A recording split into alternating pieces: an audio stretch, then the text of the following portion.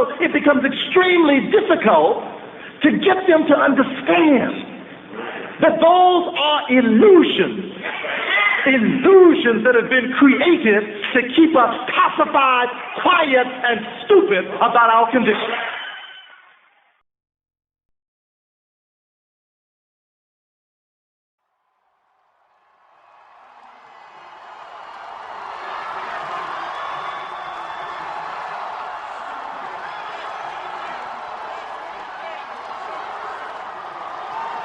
11 p.m. on the East Coast. We're back on the air, and we have news. There will be young children in the White House for the first time since the Kennedy generation. An African-American has broken the barrier as old as the Republic. An astonishing candidate, an astonishing campaign, a seismic shift in American politics. You are looking at the 44th President of the United States. The celebrations begin.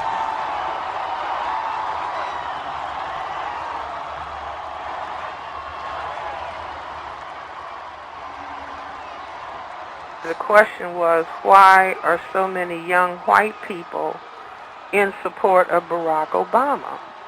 I think it's one or two or both.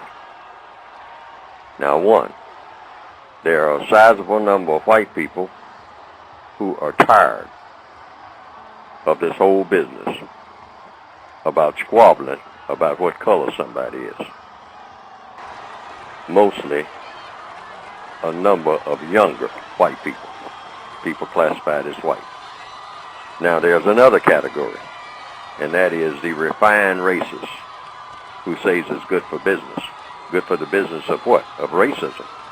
That you put a lot of black people up front, and what better way to put a black person up front is the attempt was made by that category of people, first of all with Mr. Powell, who didn't rise to the occasion for reasons which he best knows, in my opinion.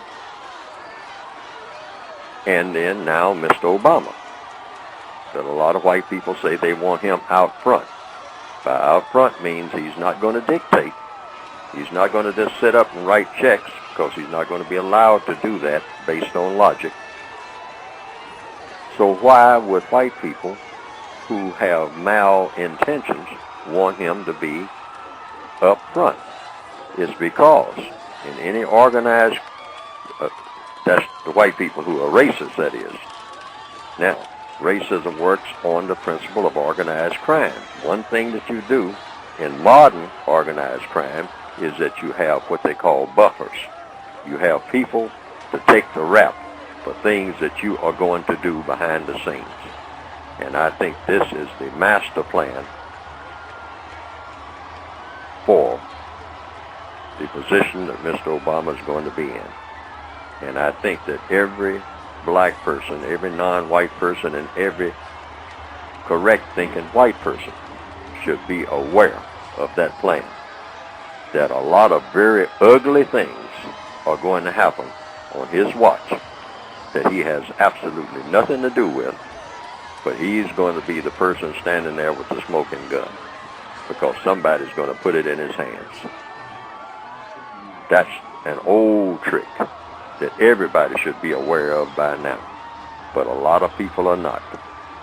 And a lot of black people, you can look for it, and I'm trying to head it off, and everybody who is listening to this should be trying to head it off, saying, don't rise to that bait, because the bait is for everybody, particularly millions of black people throughout the world, to get mad at Mr. Obama because they didn't get a check.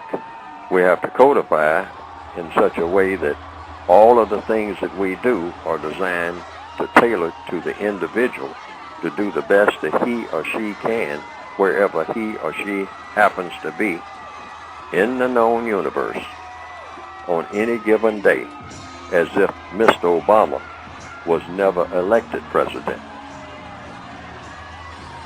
A lot of this surrounding Mr. Obama is to lull the dark-skinned people of the world to sleep, thinking that this is hallelujah time, and that all they have to do is just lie down and go to sleep, and when they wake up, all they have to do is march themselves to the mailbox, and there will be a fat check there with Mr. Obama's signature on it.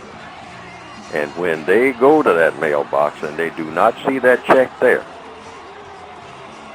and when things seem to be getting worse and worse for them, while they stand there waiting on a Messiah,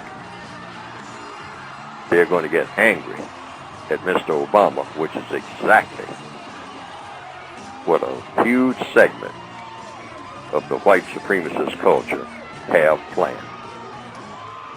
That's exactly what they want to happen, while they enrich themselves behind the scenes